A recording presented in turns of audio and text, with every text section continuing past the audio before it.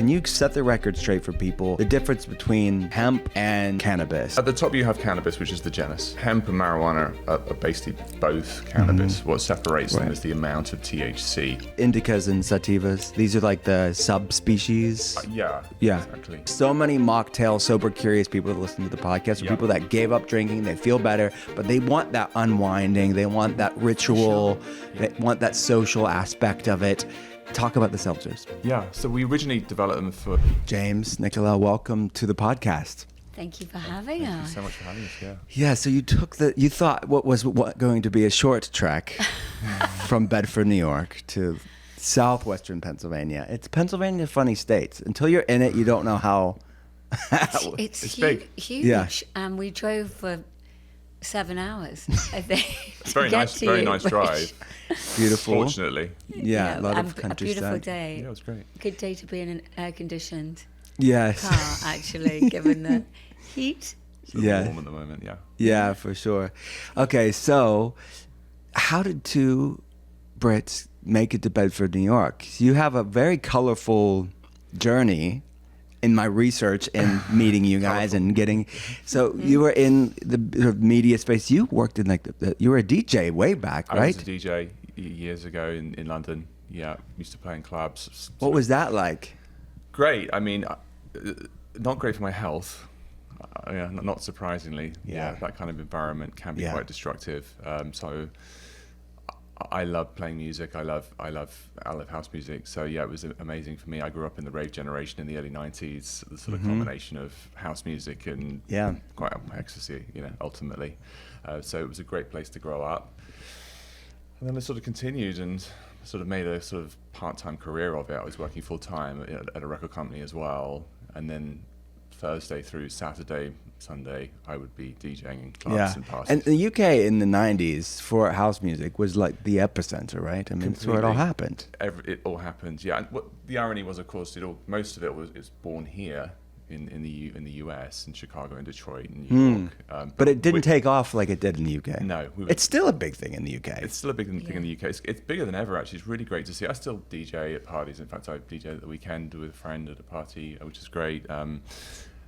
It's bigger than ever, which I find... That's a renaissance. Really reassuring. And it's really funny that our kids are 17 and 18, and obviously there's been some influence from me, but they're listening to all sorts of tracks that I was listening to when I was their age, which I find quite strange. Yeah, that's so cool. It's probably vintage music, retro for them. But hey, how's the 90s vintage? How did that happen? Because my kids say the same thing. It's so retro. What? Yeah. I feel like the 90s was just happened. I know, and then you meet people and they weren't even born in the 90s, right? And you're interviewing them for a job and you're thinking, how are you not? It's wild. How can you work? But it's hey, that's the sign of a life well lived. Yes. And you worked for the Duchess of Wessex at the time. Now she's yes, of course, Edinburgh, right? Yeah, the Duke and Duchess of Edinburgh. So tell me about that. So I, back then, getting a job in advertising or PR was, you just had to turn up and hope that someone would let you in the door. So I think a friend of mine's father had very kindly written some letters, and I went for an interview there, and they had this sort of beautiful little tiny office in Mayfair, and I don't know if you know that part of London. Yeah, I know. It's a beautiful part of and city. I'm from Liverpool, so it's slightly different scene and pace up there. And I remember, getting there on my first day, and this sort of Rolls Royce pulls up at the restaurant next door, and I phoned my mum, and I was like, I think I'm going to love London, actually. This is how the rest of the city is, right? This is, I actually took some dry cleaning into a dry cleaning store in Mayfair, and it's still there, I think, because it was about £180 to take it out. So I think it's not worth it. I could afford to get it out. Yeah. That was it. It was a super introduction to London, and I made some really, really dear friends who I'm still very in touch with, and it was great clients. Great career start. And you don't have a Liverpool accent, what is that? Liverpool, what do they call that? A Scouse accent. That's what it. Yeah. You know, my parents actually paid for me to have elocution lessons. Well, it paid off. When I was little. RP accents, like really and good. then I did a lot of lambda and drama when I was little, and so I think, and then lived in London for 15 years. It's actually funny with our kids because they're in a little bit of an identity crisis, and they speak to us, you know, in a very English, British accent, and then when you catch them with their friends, they are all American, you know. They can switch it on and off. To be understood, I think. So. Okay, so then you started together. You had a media company. Yes. You were in the media world. Nick started it originally, and then I ended up helping towards the latter part of the business. Yeah. Okay. Well, yeah. So I had gone on my own in 2003-ish, and it had just been, you know, I had no real plan or, you know, I remember meeting our accountant after the first year and him saying, you know, I'm amazed you're still in business. And I was like, well, you know, but I had just, you know, great clients and got going. And then I was working on a gig for a client who had something called the Gumball Rally, which is a car rally across Europe. And we, I think, closed the office for the week and all went on the Gumball Rally. It goes from London to Monaco via all these cities. And James was the tour DJ on the rally. And so I asked him to turn the music down. Which I did, obviously, momentarily. Which he didn't. And then we were engaged 6 weeks later. Oh my gosh, that's a beautiful story. And then we had James felt very strongly about us not working together, but Jay, as he mentioned, was at a music Universal and decided to jump off and start his own thing, which I'll let him tell you about. And then our firm just kind of continued to grow, and we got some really lucky breaks, and we did a lot of work for LVMH and Tiffany and J. Crew. And interestingly, I'm not sure how, probably through Mike Lohner, we ended up getting a US client, launching a US brand into London and into the UK market. And Mike, yeah. We became a sort of pathway, Victoria's Secret, J. Crew, Lululemon, you know, we ended up getting a lot of that work. So yeah, that was how that started. And James ended up taking his love for music and for food and started a food business at music festivals. Yeah, so I was working for a festival promoter, and then realised that the food offering was fairly dire at these events. So I set up a business selling savoury pies and mashed potato at festivals. I bought an old Airstream trailer, and then we used to do the circuit every summer. We used to do like up to 20 events. Yeah, some good Whole Foods. Decent foods. Yeah. Yeah, because it was appalling, you know, what you could get back then. What was it, like just probably chips and fried fish? Some of the hygiene situations I saw, you'd never eat again at an event. Like, the worst one I saw was they basically started cooking the burgers at about 7 a.m. and then stacking them in tote boxes and leaving them out in the back, basically. So they're like ready to go, and then they just literally flip them on the grill just to warm them up. Yeah. You don't. Yeah, that's stuff you don't want to know when you're at like a fair or something like that. No, exactly. just don't tell me. I'll eat it. Sorry. Better not to know. Better not to know. Exactly. So then, okay, the media company kept growing. You guys kind of joined forces at some point. Yep. So we moved. Later on. Yeah. So we had opened an office in the States in 2009, just as the recession really took hold. So that was while we got to New York, and we were like, where is everybody? Because that sort of whole crisis 2008-9 had taken hold. Yeah. And we hadn't committed to moving here, and I think the thing about the US market is it really demands your attention. And we meet a lot of people who are like, oh, you know, I want to like set up my company in the States, and we're like, you better move here then. You know, it's really, I think, difficult. So Jay had sold one of his businesses and came home one night and said, I think we should move to New York. And I was like, with the dogs? It's like, yes. And the children. And I was like, whoa. And I just think I had never thought that we would do that, but we did. And we felt that the agency needed some time investing in it and would be better. Our time would be better served being here. So we moved in 2015. We had a big client at the time, Allergan, the pharma company. So we did a lot of work for them. They had a really fascinating contraceptive project, female health project, which there's always a tension about pharma and but it was a really great project. And so, but after being in the US for 6 months, I was diagnosed with cancer. And oral cancer. So I had a tumor in my tongue and on my neck. And so we were very fortunate that we were here. And I was treated at Sloan. And poor James, whose love of people is not limitless, had to jump in. Are you an introvert? A little bit more. Yeah. I'm better now, but yeah. Yeah, I am too. Hey, really? I'm the Wow, president of that's the club, surprising. I think I said card carrying. Yeah, people maybe are surprised, but no, very much introvert. And I love people, but we have to recharge and quiet. So anyways, you're at Sloan. So I'm at Sloan. Yeah. And so James, so that is how we ended up working more together, because St. James had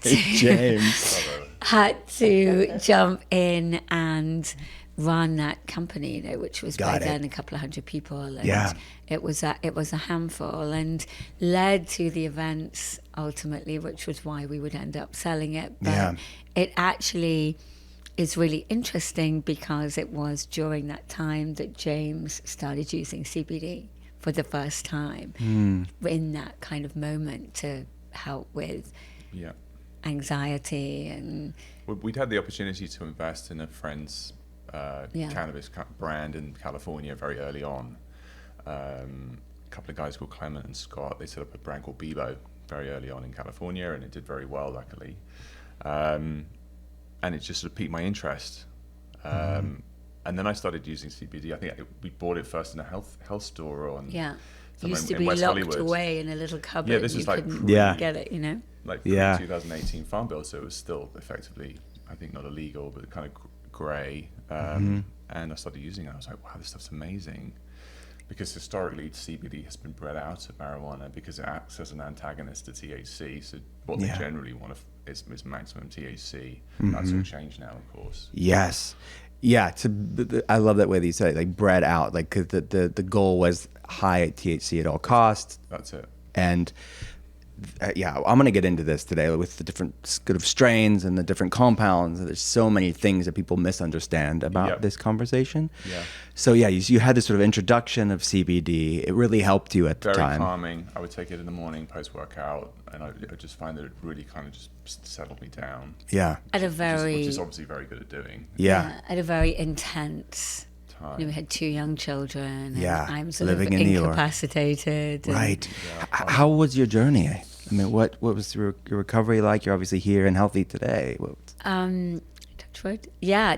I think, cancer is no joke. And what they are able to do is really phenomenal. I think there is still, as much as there is a lot of ambition and heart for healing yourself holistically, I think in the end you need some, I certainly needed a bigger intervention. So I had a surgery, which was, the great thing about surgery is every day after it you're getting a little bit better. But I then had chemotherapy, radiation, and that's the opposite. So every day things get a little worse. And even when it stops, you get worse before you finally kind of come out of that. So I think that experience, I wasn't old at the time, I'm not a smoker, was really eye-opening, and it made me, and I think us, really reflect on sugar and what we eat and how we think about things and stress, and stress being a big part of that. And so I think that. But yeah, it was a journey. I think a lot of it is also mindset. I think the mind is a huge part of it. But we talk about stress and trauma. Yeah, I think you touched on something that is definitely the ethos of what functional medicine is, what we talk on the podcast a lot. And our approach for telehealth patients is a both and, not either or approach. Like there's a time and place for the advancements in Western medicine, absolutely. But you also mentioned stress, environmental factors, food, all plays a role. But doesn't mean you forego advancements when you need it, right? Yeah, we had a really sad story in the UK of someone who tried to treat their cancer, or was advised to treat their cancer with keto. And the doctor was very convincing and compelling, and by the time it hadn't worked, it was too late to do anything else. And I think it's a cautionary tale. I think you've got to know, you've got to use the right tools at the right time. Well, and a lot of the research around the ketogenic diet, it's in conjunction with conventional medicine too. So it's like, yes, we need to look at food's fuel, but it's maybe will make the treatment more effective when you are doing it. Totally.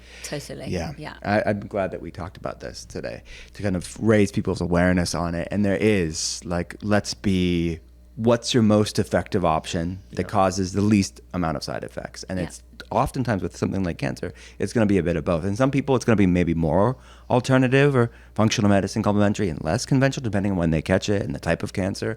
But to put this broad swath and lump all cancers together, it's like we have to look at the context of this and collaborate. I would collaborate with oncologists in functional medicine to really let's find the most effective tools within their toolbox, and it's going to be a bit of both for most people. And just to finish, just in case there are anyone listening to your podcast who's going through cancer, I think the after effects, the surgeons and the radiologists do their job, but the body is then devastated. And I think being able to then turn to diet and certain supplements and things that can support that recovery is a huge piece that 100%. I think the hospitals are they're there to cure you of cancer, but they're less concerned, about what happens to you when, So I think that's a big part of it, where I think the two can work really well together as well. Yeah, very well said. So this is a high stress time in your life, and at some point there was a merger, and you were still part of the company, but you sold part of it.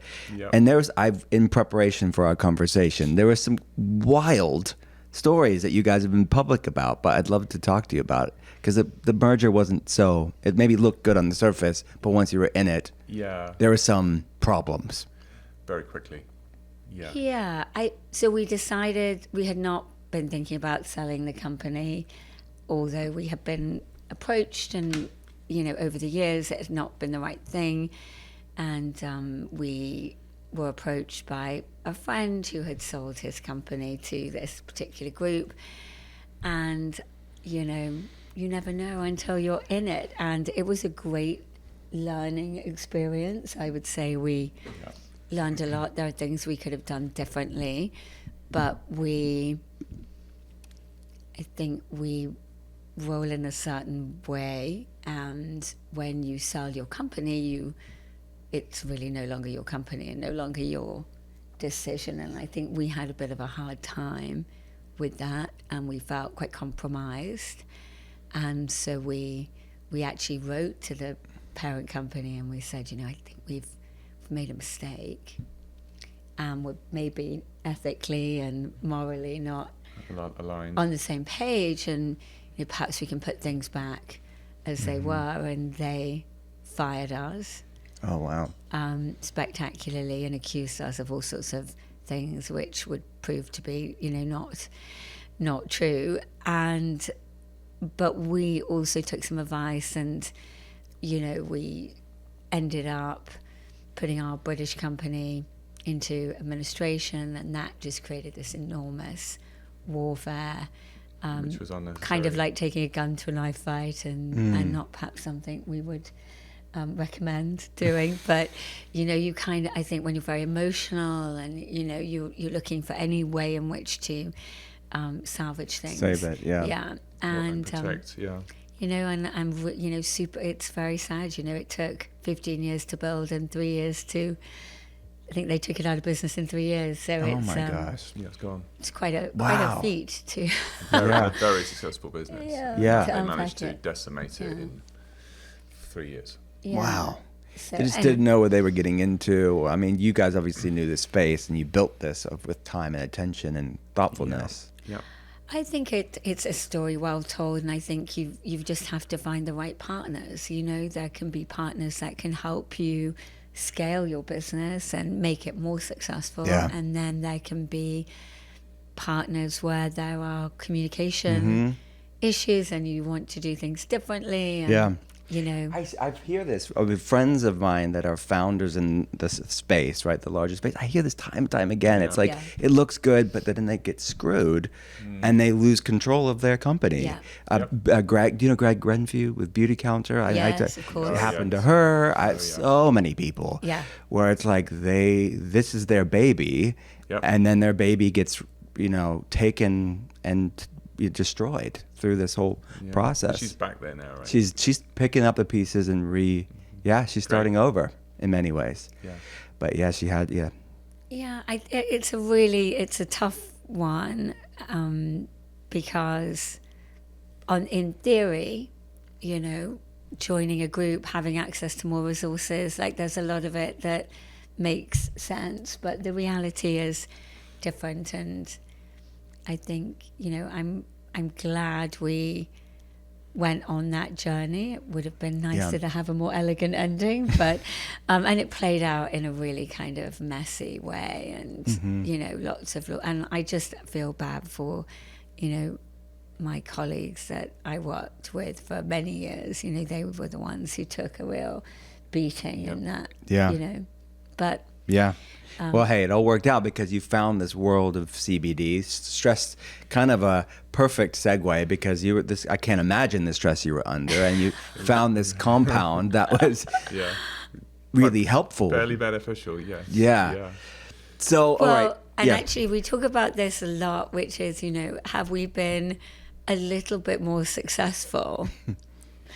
Would we have got oHHo as far as quickly? Yeah. You know, because we'd be like, oh, maybe The we could take a cannabis- vacay, or, you know. Yeah. The cannabis industry is not easy. Yeah, I and can we, only imagine. yeah, It's a we had really to get tough going, didn't we? business. So then Yep. CBD had I can only imagine. It was the wild, wild west in many ways. Is it still the wild, wild west?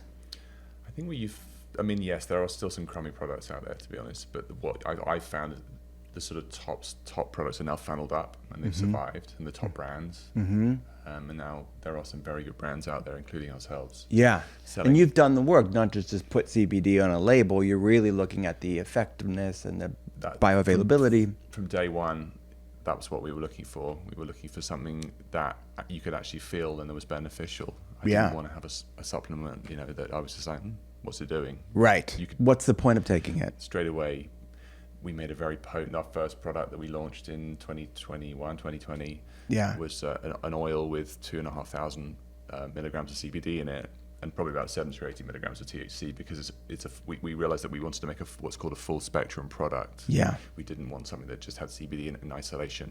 Yeah.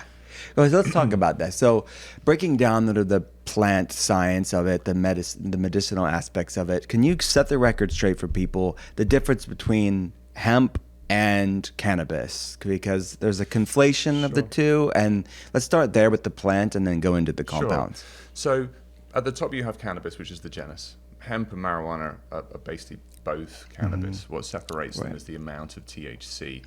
That's the legality of it.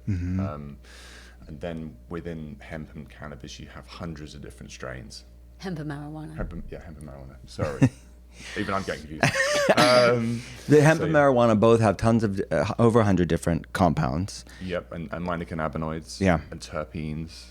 Yes. So when you say full spectrum, it's not just the CBD; it's all these other synergistic sort of entourage effect, if you will. Exactly. that. Yeah. Yeah. So Exactly. all the minor cannabinoids, we keep everything in there, and a lot of other products are just a broad spectrum product, which means the THC has been removed, or it's an isolate, which is just strictly CBD. Yeah. And you made the point about strains, and that's where marijuana on that side has been bred using genetics to create all sorts of different feelings Right.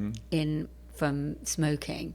And so that's really the role that plant plays, I suppose. And you get this, fantastic sour diesel and white widow and super lemon haze and different effects, but that's all THC genetic ways that the plants evolved over time. And in hemp, that doesn't exist, right, in the same way. Yeah, you still have different strains, But it's not quite so. No, in marijuana you have indicas and sativas. Obviously, sativas give you more of a sort of head high. Indicas are more sort of body kind of relaxation. Okay. You don't tend to get that so much with hemp. Yeah.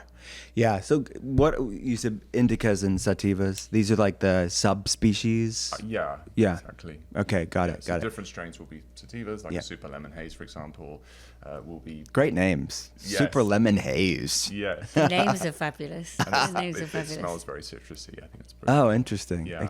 But the hemp plant was sort of overlooked, I would say, for the longest time. Because it was about the high, right? Yep. Yeah. The illicit aspect of getting high. Exactly. There's no point. I mean, hemp was grown for industrial purposes. I think prior to 2008. Paper. Yeah, exactly. Clothing, right? Clothing. Yeah, Yeah. which is also a phenomenal use of it. Yeah. Yeah, yeah. Okay, so you immersed yourselves in these different plants, the different compounds. What was the most surprising as you got in it, right? It's not as simple as just CBD and THC. What was the most surprising in those early days of building the company? Yeah, I think just learning more about, knew a little bit about CBD, knew quite a lot about the effects of THC, then learning about the other minor cannabinoids in there, like CBN is amazing in conjunction with THC and CBD for its soporific value. Yeah. CBG, we use that quite a lot in our products, both in the ingestibles and the topicals for different reasons.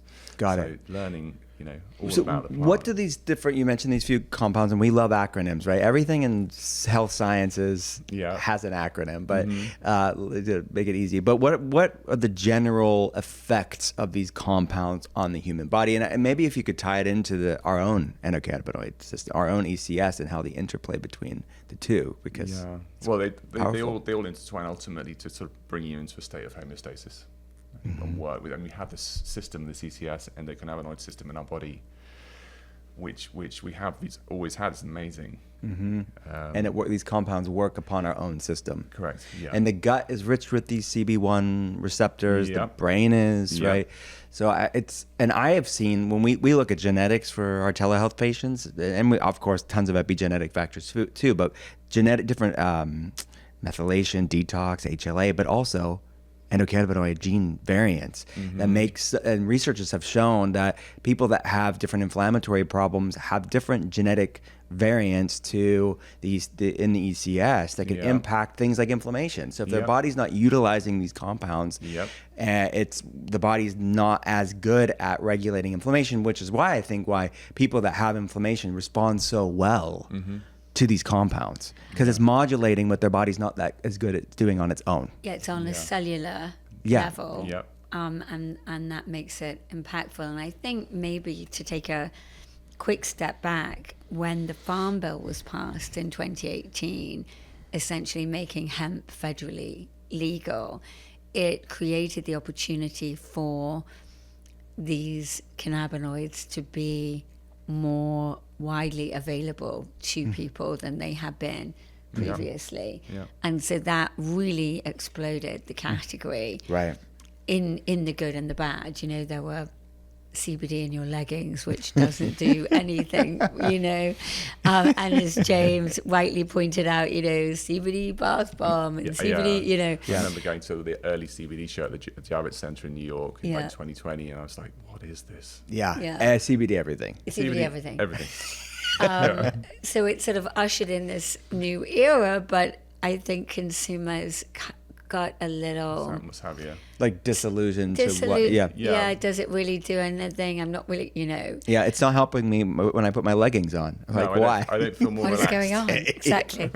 So I think that, but that has really, and we can talk about how the industry's evolved, but it gave a different type of audience and a different type of consumer who is less interested in smoking, the illicit market, marijuana, wouldn't consider themselves that consumer, and what's available in dispensaries is high potency products. I'm not taking a 10 milligram gummy. Yeah. Well, not this morning anyway. So how has the industry evolved from those early days, like 18? What year was that? 20? Well, 2018 was the Farm Bill. Yeah. We started in 2021. Okay. In the middle of COVID. Okay. Bit before. Yeah, 2020 was kind of our Mid first. 2020. Yeah. We had one product. Right. Which is, those early from 2018 and beyond, like those early days. How have you seen the space shift over that time, past 7 years or so? Huge amount of innovation in terms of extraction, first and foremost in the industry, especially in extraction. I mean, when we first started, you kind of get a distillate oil. Yeah.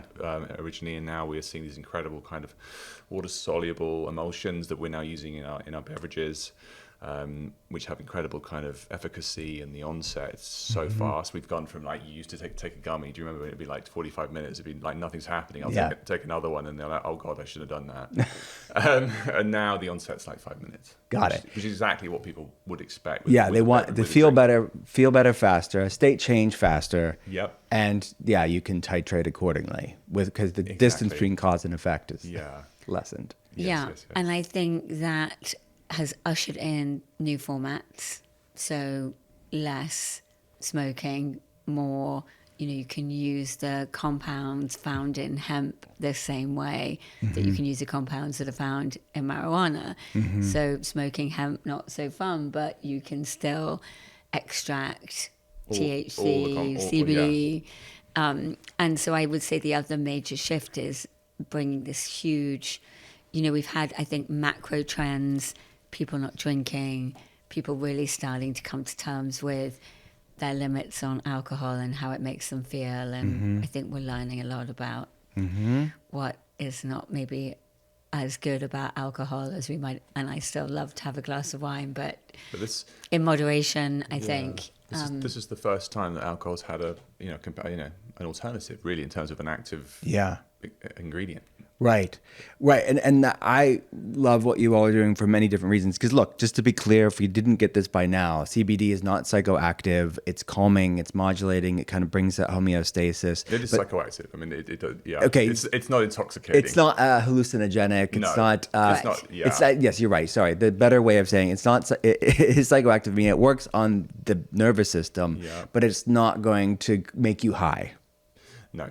Not on its own, no. Yes, not on its own. But these other compounds, because people are afraid of it. People are afraid and they think, oh, can I go to work after I have the CBD? Yeah. And you'd think we'd live in where people would know by now. But there's a broad swath of people that don't know. 100%. And I want them to know that they can go to work. Absolutely. They can drive on CBD. Yes. Yes. Yeah. Well, sure. And I think what James talked to earlier is all our products are full spectrum. So you get a little bit of everything in them, and then they focus on minor cannabinoids. So we do a sleep chocolate, which is really rich in CBD, CBN, little tiny bit of THC. So you wouldn't pass a drug test with any of our products, but they are sufficiently, and I think you talked about titrating, they're low dose enough for you to really figure out where your position is and what might be right for me, might not be right for you, might be James is a lightweight in this. But I really am. Really? Tall guy, I would be surprised. Yes, I don't think size makes a difference, but we, on the drinks, we do everything from a 3 milligram, which is actually my preference, to 5 milligrams to 10 milligram. Yeah. And I wouldn't take it. I wouldn't have a 10 milligram, but equally, lots of people do, and they find that's their sweet spot. So yeah. So this would be considered microdosing THC. Yeah. I think it's a great way to put it, and I think it's because of the opioid crisis, because of the movement on alcohol, people are desperately looking for alternatives. But as we talked about before we got on the show, they're not going to take up smoking. I'm not going to take up the oral cancer patient is definitely not taking up smoking. I would never recommend it either, unless it's like if someone that really needs it. Yeah. Whereas from a medicinal standpoint, right. Yeah. Whereas now you can, we had this really interesting story. We were at a trade show in Texas, and this is a trade show for all the alcohol industry. And a lady, Mrs. Reedman, who is the owner of a big liquor store retailer called Specs, came over. We were showcasing drinks, and she tried, some of the drink. Mm-hmm. And it's a very new thing to wrap your head around. And she reportedly found it helped her leg pain almost immediately. And so whatever reason you're using, to have a drink, or, for me it might be, and for James, end of the day, you want that kind of unwinding vibe, but you don't want to be drinking, you've got to be up early. For some people it might be the calories. For some people it might be they are genuinely in pain, or they can't sleep, and that's where the magic of these products, I think, really lies. Yeah, and we talk. Look, I'm not judging anybody. I'm a pragmatist for our telehealth patients. If they're going to drink, let's find the least offensive, but there's no healthy amount of alcohol. But so we're hearing, right? Not a single health benefit to drinking and consuming alcohol. Yeah, absolutely. So people then want to talk about resveratrol, like they're clinging to anything they can. And it's in spite of, resveratrol's benefits is in spite of alcohol. And there's way more effective ways to get resveratrol, and not that without neurotoxins involved. Yeah. Right.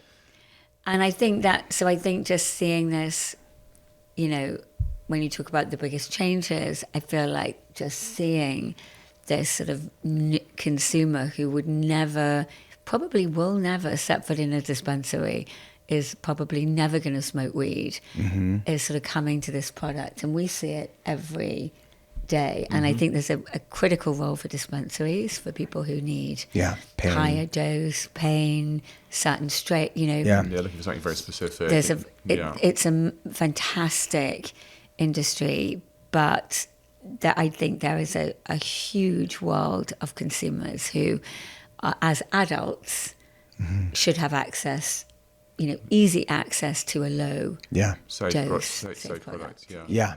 I completely agree. And you're talking to millions of people right now. They're listening right now to those people. They're looking for the alcohol alternative. That's why I'm interested in what you're doing. Is like the medicinal aspect of it. Yes, clinically, I see the effects of it, improving inflammation. It's modulating their biochemistry in a positive way. It's helping their nervous system. But it's also a great alcohol alternative to someone that doesn't want to feel miserable the next morning. They're actually going to see improved REM and deep sleep, not worse sleep when you're drinking just that glass of alcohol. So your seltzers are really good. Thank you. I love them. I mean, I have them probably too much, but we brought you some more. All right, thank you. You guys did such a great job with it. Can you talk about it? Because there's so many mocktail, sober, curious people that listen to the podcast, or people that gave up drinking, they feel better, but they want that unwinding, they want that ritual, they want that social aspect of it. Talk about the seltzers. Yeah, so we originally developed them for the regulated market when we went into New York. We sell flour and pre-rolls and edibles and chocolates in that market already, and I was looking to add drinks. I just saw drinks as a huge opportunity in a way for a much bigger market to come on board. So I spent a long time developing the flavors. I worked with a flavor house on the West Coast, and then one in Florida actually, to try and get something that I thought would be very drinkable. And in terms of the flavors, I was looking at kind of combinations. And if you look, we generally kind of use two fruits, or so we try and keep it very simple.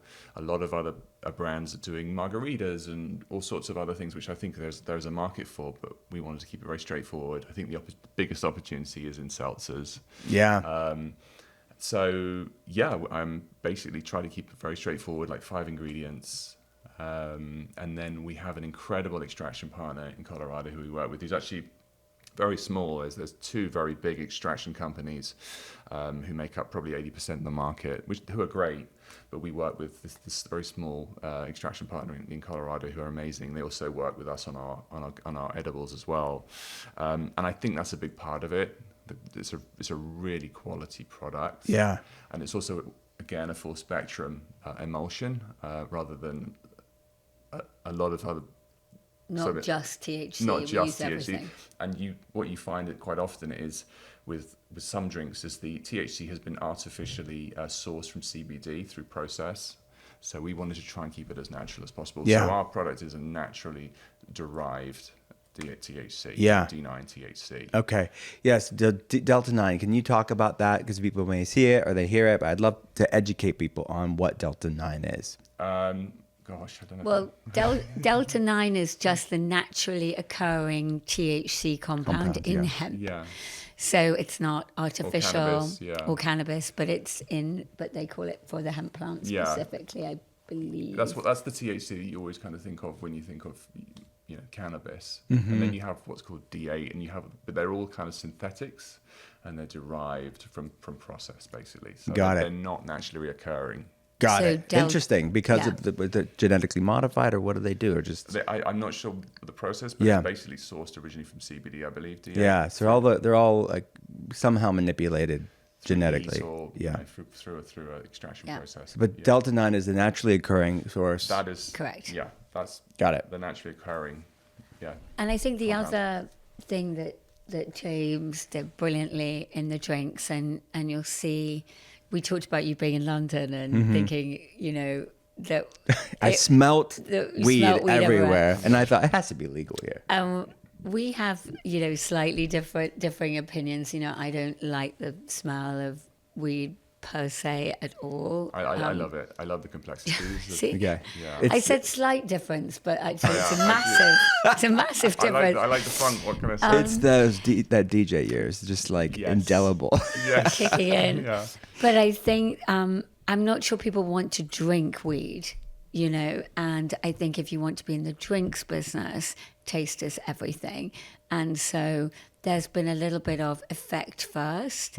So drink this because it's got THC in it or it's got CBD in it. Early days, it's like hold your nose while you're doing it. Yeah. Get it down, you kind of thing.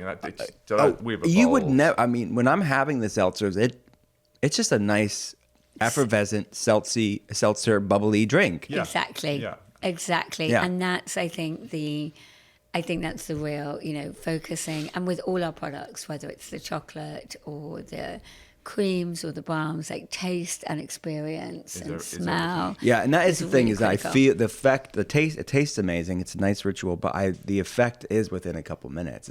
I feel calmer, more regulated. Yep. From a nervous system standpoint. Yeah. So job well done, guys. I didn't tell you this before Thank you. starting recording. Yeah, I love it. Yeah, man. Hey, I'll be stocked up. I'll keep. We have a drink. It's my next exactly the summer drink. And what are the? I think I had sort of an orangey. Yeah, the one. blood orange and pomegranate. Yes. Yeah. So we have that. We have a grapefruit and elderflower. I love elderflower. It kind of cuts into that citrus of the grapefruit. Yeah. And then we have done a project with Project Red, which is the red cherry and lime. Okay, cool. I saw that on your site. So that was like the red campaign that everyone knows about. Yes. That's amazing. We're the first cannabis brand that they've worked with, which is amazing. very exciting. So what flavor is that one? Red cherry and lime. Amazing. So red cherry and lime. I had the pomegranate and blood orange. And then there's the elderflower grapefruit, and then we have the new one for the summer, which is the white peach. Amazing. Which we brilliant. Okay, I can't wait to try it. Selling very well, which is great to see. Yeah, is there a favorite, amongst your customers, which ones? The blood orange and pomegranate is a clear winner at the moment. Yeah, we just got some reporting back from a retailer in Florida that we work with, and it's selling like crazy. Yeah. So I mean, you guys are already growing like crazy, but I mean, it's just the beginning. I feel like for you guys, like these products, once the more people know about them, to me, alcohol probably will never recover, is what some statistics show. Wow. Is that it's like an all-time low, and it could be permanent. And I do feel like what you're offering people is the future, because it's like we live in such an age, a time where we advancements in these extractions. There's no need to be doing this sort of archaic alcohol drink anymore, in my opinion. Which is still enjoyable. You know, we've got to be careful not to be you guys are going to be... everything in moderation, right? Yeah. So to me, it's like that there's no need, but I get it. For people who choose to drink, do it. I'm not shaming you. But I just think there's no need when you have these better for you options. Yeah. And I think that movement is going to continue to grow. And interestingly, there was a profit warning on dark spirits, and they cited, THC, CBD, seltzers, hemp seltzers as a big issue for them. And I think you're right. I think people try them and they get a little feeling and they feel relaxed, and that's enough. I think, I don't know about you, but I feel like your first glass of wine is always your best anyway, and anything after that is downhill. And the great thing about the onset time is feel it immediately. You've got like an hour or so, and you can have another one. So that social, take them to the beach, or, have a couple in an evening. We see people taking them to dinner parties. We see, people offering them on the bar, and I think that movement is only going to continue to grow, to your point. And you had some really cool, also the collaboration with Red and the collaboration with Wes Anderson, right, for a project. Yes. Oh, yeah. How do you know these people? Well, 20 years in marketing, probably. Yeah. So what was that collaboration like? Tell people about it.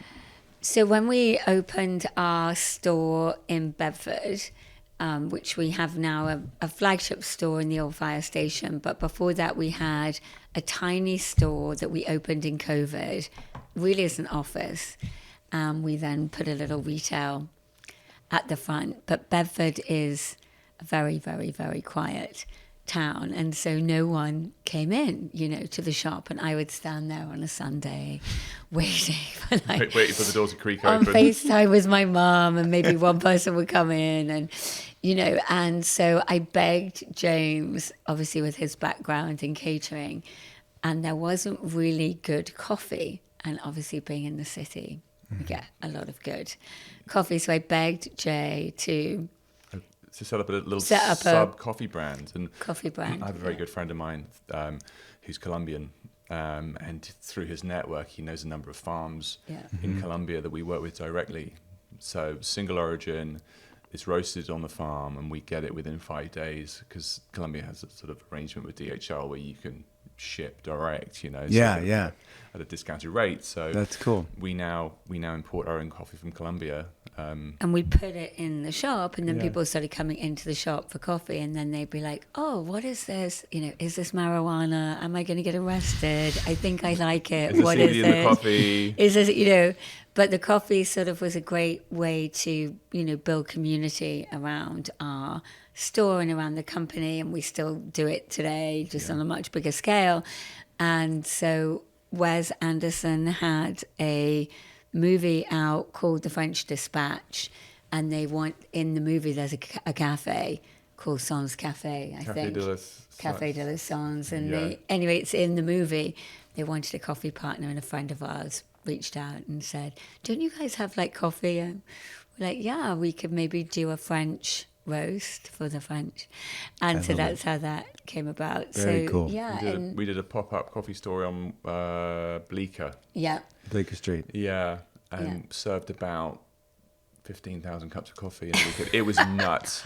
We had two machines, and the line went all the way out the door, around the block.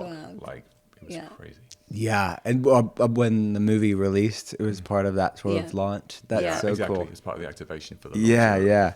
So I think it's it was funny. We got on the phone with all the very executive people at the movie, and we were like, it's not really a real company. It's sort of a pretend company that we've built to go with our other company. And they were like, that's so Wes Anderson. It's kind of perfect. We love it. We've got a pretend coffee company. But it's taught us, I think, about, anyone can take a product to market and put a logo on it. But ultimately, how do you bring experience, what you're doing here?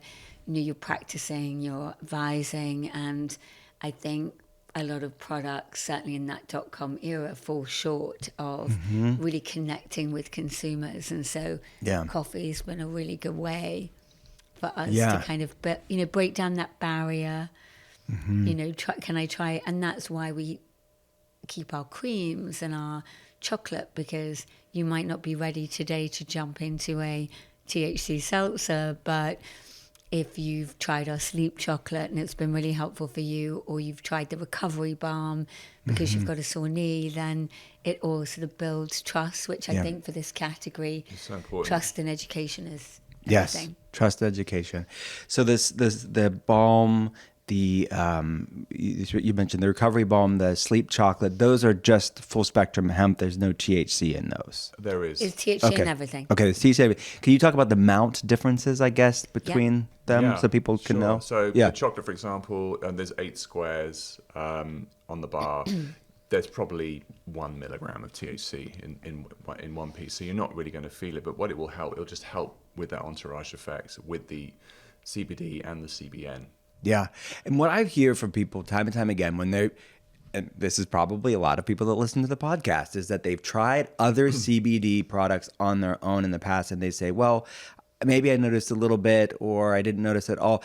And what I hear is when they get this full spectrum and they get microdosing of THC, that's where the synergy happens. Yep.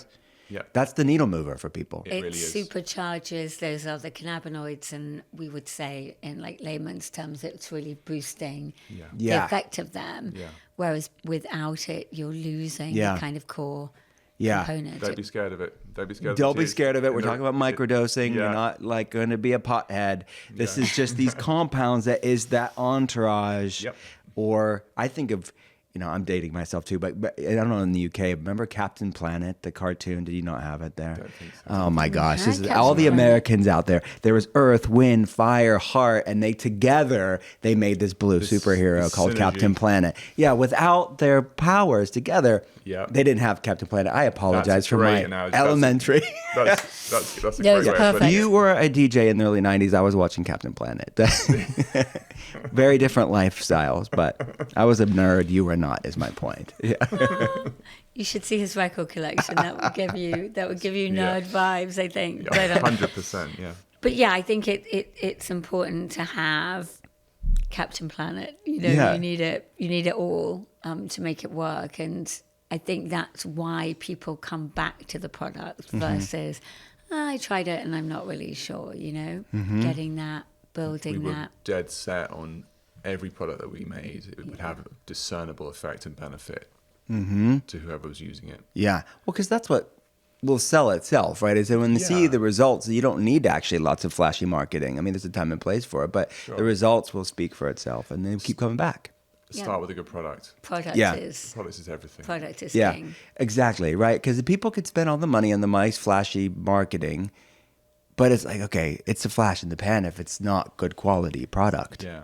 Yeah, the marketing only gets you so far. It's really, Coming from someone from the marketing world, that is the truth, right? Yeah, you can dress it up any way you want, but if the product or the idea is fundamentally not a good idea or not a good product, it's, it's no amount of marketing in the world can. Yeah. And I think there's no shortcut, you have to grind it out. And, we started going to like our local farmers market at 8 a.m. and, if we sold 5 products and, that, if you'd have said 4 years ago, you'll be in 2,000 retail outlets with drinks, I'd be like, no way. But wow. I think you have to go through that process and, build it. So is that where you're at right now? Over 2,000 different locations? Yeah, probably more actually. It's growing every day. It's amazing. As we start to bring on more distributors, retailers. Obviously, we'll give people like a link and everything. At the end of the show, we'll give them something else too. But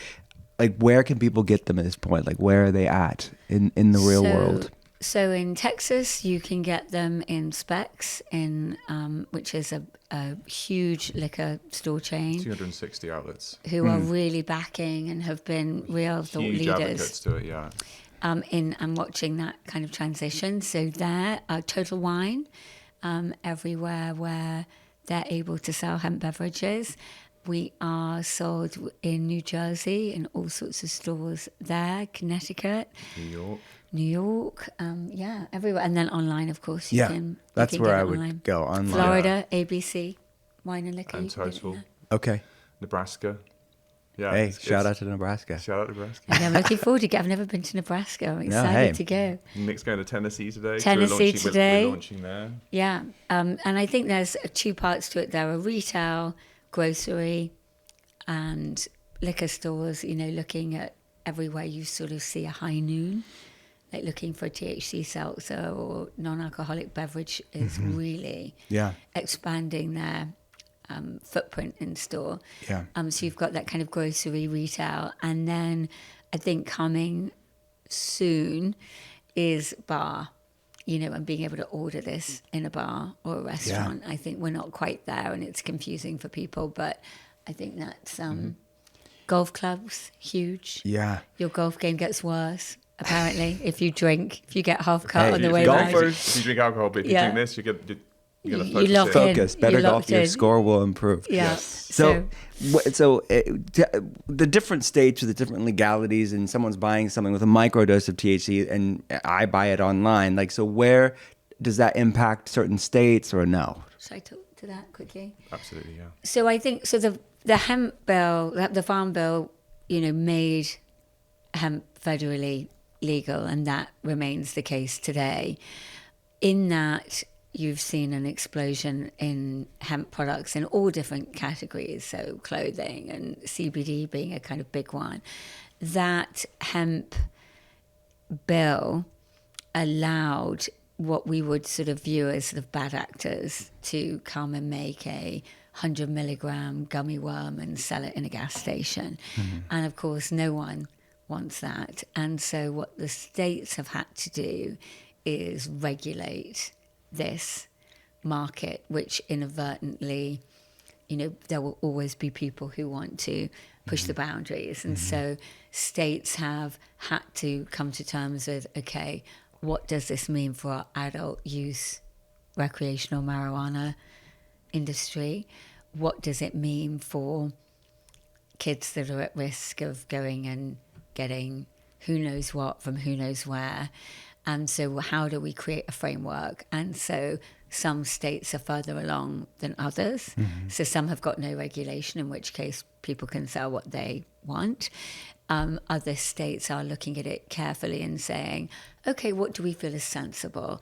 What do the products need to say? What do they need to do? Where is our limit? How comfortable are we?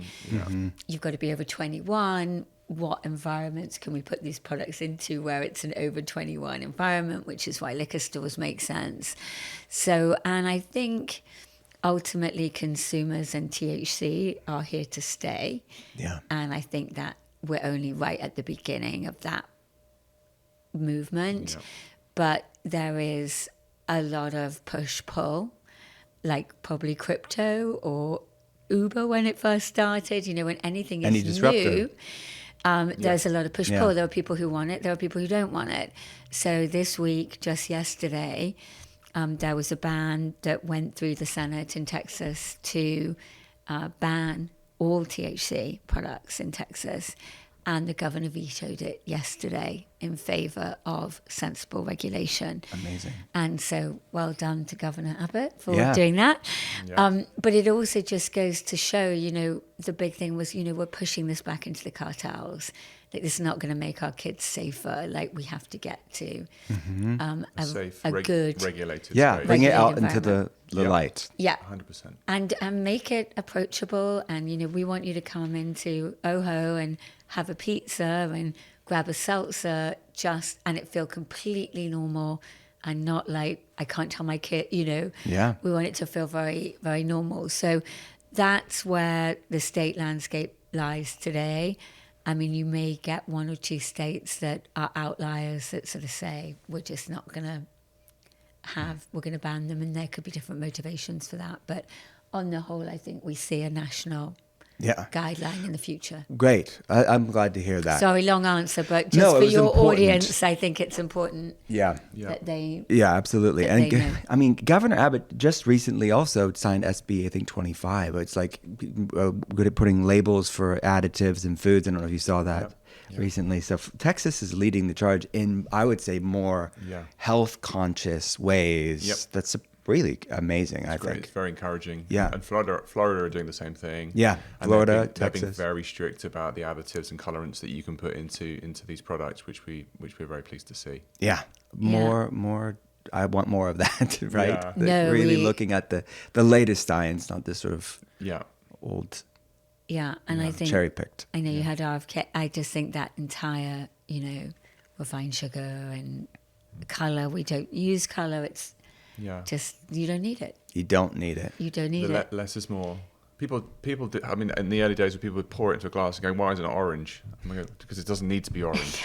It still tastes orange. Orange is, It still tastes of orange. Yeah, right, It doesn't exactly. need a colorant to trick you, Oh my gosh, we're past those days, right? really People, are. come on. This has been a great conversation. At the end of every episode, we have your art of being well. So I'm just gonna, you guys, I want to hear both of your answers. So what is the weirdest, most out of the box thing you've done for your wellness that you're willing to admit on a podcast? Oh gosh. Have you done anything super weird? I don't know if it's weird, but when I was recovering from my treatment, I was in a really terrible state. And there is a clinic in Austria called Lanzerhof, which is a place that people go if they're looking for rehab, or they could have it doesn't matter, And I phoned them, and I was in a bit of a state, and they were like, "This is the place. You can just come here." And I couldn't chew anything properly, and whatever. Yeah. Anyway, when you get there, it's very formal Austrian kind of team. You fill in, are you going to have lymphatic drainage, and you're going to have yoga, and you're going to do this, you can do that. And this lady said to me, "And do we see a psychiatrist, yes?" And I was like, not living really in the US at that time, and I was like, I'm very English, and I was like, don't be absurd, absolutely, no, absolutely not, yes, I will, see. First session. Yeah, so I signed up to see this, and they call them psychiatrists. We obviously have so much, more gentle terms for therapy today, but I went to my appointment with this psychiatrist, and I don't know what I expected, but the kind of coolest woman I've ever met in leather pants turned up and was like, I spent an hour with her, and she gave me some really valuable advice, and she said, no is a complete sentence. That's great. And when I sort of, blubbing and saying, oh my God, I've been such a terrible mother, and she's like, okay, you've gone mad. I haven't spent enough time. So there you go. That's my mission. I love that. Take the therapy, people. That's right. Take the therapy when you need it. And, that's right. Amen to that. So yeah. I'm very boring. I'm very straightfortaughtforward. I like to just work out, stay healthy. I love it. Eat relatively well. Yeah. Hey. Consume some cannabis. Occasionally drink. I'm finding myself drinking a lot less alcohol. I used to drink quite a lot. Okay. And I found it to be a huge difference in my kind of just outlook and being. I love it. Jay boxes it out. Yeah, I used to box a lot, the train. Amazing. Yeah, I went to Thailand and trained there. Wow. So that was fun. That's interesting. I got really into it. Yeah. All the way to Thailand. Yeah. Do you take do either of you take supplements? And if so, like, what are the maybe one or two supplements that are the most helpful for you personally? Magnesium is a big one right now. Yeah, we both take magnesium, that, and then I use our sleep chocolate for evening if I use CBD in that. Great. And I'm into coconut water at the moment. I don't know. Great source of electrolytes. Using potassium. Switching that out for water. Nothing too crazy. Very straightforward. Just eating well, I think. Yeah, we that's cook. super important. What's your favorite place when you're in the city, when you're in Manhattan? What's your favorite restaurant, and when you're there, what do you order? It's another great question. I actually love going to Milos in Hudson Yards. I love Milos. And I shouldn't have those deep fried. No, What do you get? 100% you should. They're great. But they do a great salmon tartare. Yeah, they need to carry oHHo for sure. Milos would be Yes. amazing. It always just feels very clean and fresh and that kind of Greek I like the Hudson Yards location. I like the Midtown as well. vibe. Yeah. How about you, James? Where's the place that we go? I can't What are remember. you thinking? They do this. They do the ossobuco with the saffron rice. Not particularly healthy. But what's it called? What, Ciprian? No. Hotel? What's it called? The one that's at the top of Lafayette, and they have one in the West Village as well. Oh, San Ambrose. Thank you. Oh, yeah. Love San Good old Ambrose. Italian cooking. Yes. Yeah, very that's good. great.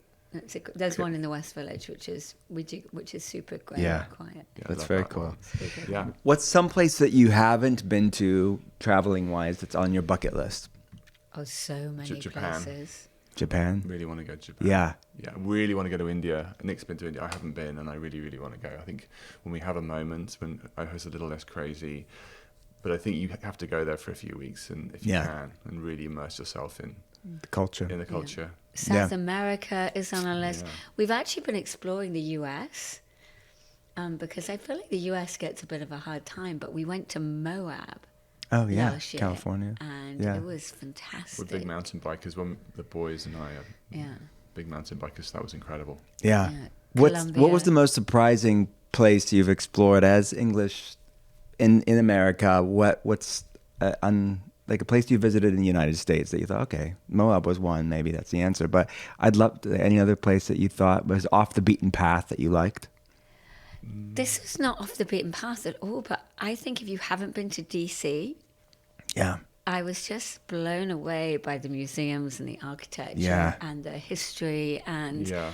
I feel like people rush over it as Yeah. not being No, particularly the interesting. neoclassical architecture is just unparalleled. Wild, Yeah. and not what I was expecting. We love Savannah. Oh yeah, that was great. I haven't been, but I heard that. It's It should be on my Savannah. list for Great. sure. Definitely on your list. We really enjoyed that, and we've beetled around. Yeah. A friend of ours just moved to Santa Fe, Oh, cool. so that's on our list. I'm spending more time in Texas. We've got to go to that place. What's it called, Martha? Marfa in Texas. We're gonna head out That's there. way out in the middle. Oh, of nowhere. okay. It's like It's this- 9 hours from Houston. Okay, if what you is can in figure it? It's a place where I want to say Donald Judd set up his art studios there when he was, I think, sort of retiring, Yeah. or coming to the end of his career. And I think he bought a couple of airplane hangars to house all of his work. And Oh, so interesting. around him, I hope it was Donald Judd, I think it was. was, yeah. Around him, a big art cultural movement sort of happened in this tiny town that no one went to ever kind Wow. of thing. And so there's a museum there called the Marfa Ballroom, and it's actually, you know, that very famous image of the Prada store in the desert? That's in Marfa. Oh, cool. So Got it's it attracts all these sort of interesting Yeah. people sort of voyage out there. So I have to check that out. yeah. I love Texas. Yes. Some place that, again, that I went recently, you guys should check it out, is the Ozarks in Yes. Missouri. I'd love Yeah, to do yeah, that. yeah. It was so cool. You like mountain biking too, so There's it was, lakes as well. yeah, lakes, Yeah. beautiful scenery. It's like just a Yeah. beautiful country Yep. in Missouri. Yeah, I just think so. I mean, we were saying before, like just our drive here through the. I mean, it was so pretty. Yeah, let's say Pennsylvania. Let's add Pennsylvania to that list for Yes, sure. Come to Incredible. Pennsylvania. Brought to you people. by the Tourism Incredible Board of country with Pennsylvania. So much to offer. We love it here. Yeah. It's Yeah. incredible. Yeah. Well, thank you both for coming on. Where do people go to learn more about what we talked about today and get the products? So you can come and see us at our store in Bedford, New York, which is very small, so you'll find it in 2 minutes. Probably don't need the address. We are oHHo.com. We have our website. You can find us there. And there's a store locator on there. If you can obviously order from the website, but also Yeah. look at the store locators to see where we're being stocked as well. Yeah, and the name oHHo is really cool too. The compounds. I mean, Yes. such a biochemistry nerd here. So, Yes. can you, before we go, like, what was the origin of the name oHHo? One of our founding partners was looking at the chemical compound for CBD and saw oHHo, I think. Yeah, And thought, ooh, yeah, that looks kind of cool. And then we had it designed up by someone and from a marketing perspective, 2 O's is always a Oh, good really? omen. Okay. So there you Hey. Oh, palindrome, obviously, as well. go. Yeah, no, and it looks friendly, and you, Yeah, 2 O's are a 2 good O's omen. is a So good Google, Goop. Yeah. Yeah, there's Yahoo. Like Yahoo. once you start on that Yeah, yeah. geeking out trajectory, you'll find Yeah. lots of O's. So I should add an extra O to cool, maybe. We'll have cool Yeah, Dr. Will Cool. Dr. Should have done that. Dr. Will Cool. Rebrand coming soon. Yeah, right. Thank you. Thank you guys for coming on. Thank Thanks, you Will. so much for having Thank you. us. Thanks, Will.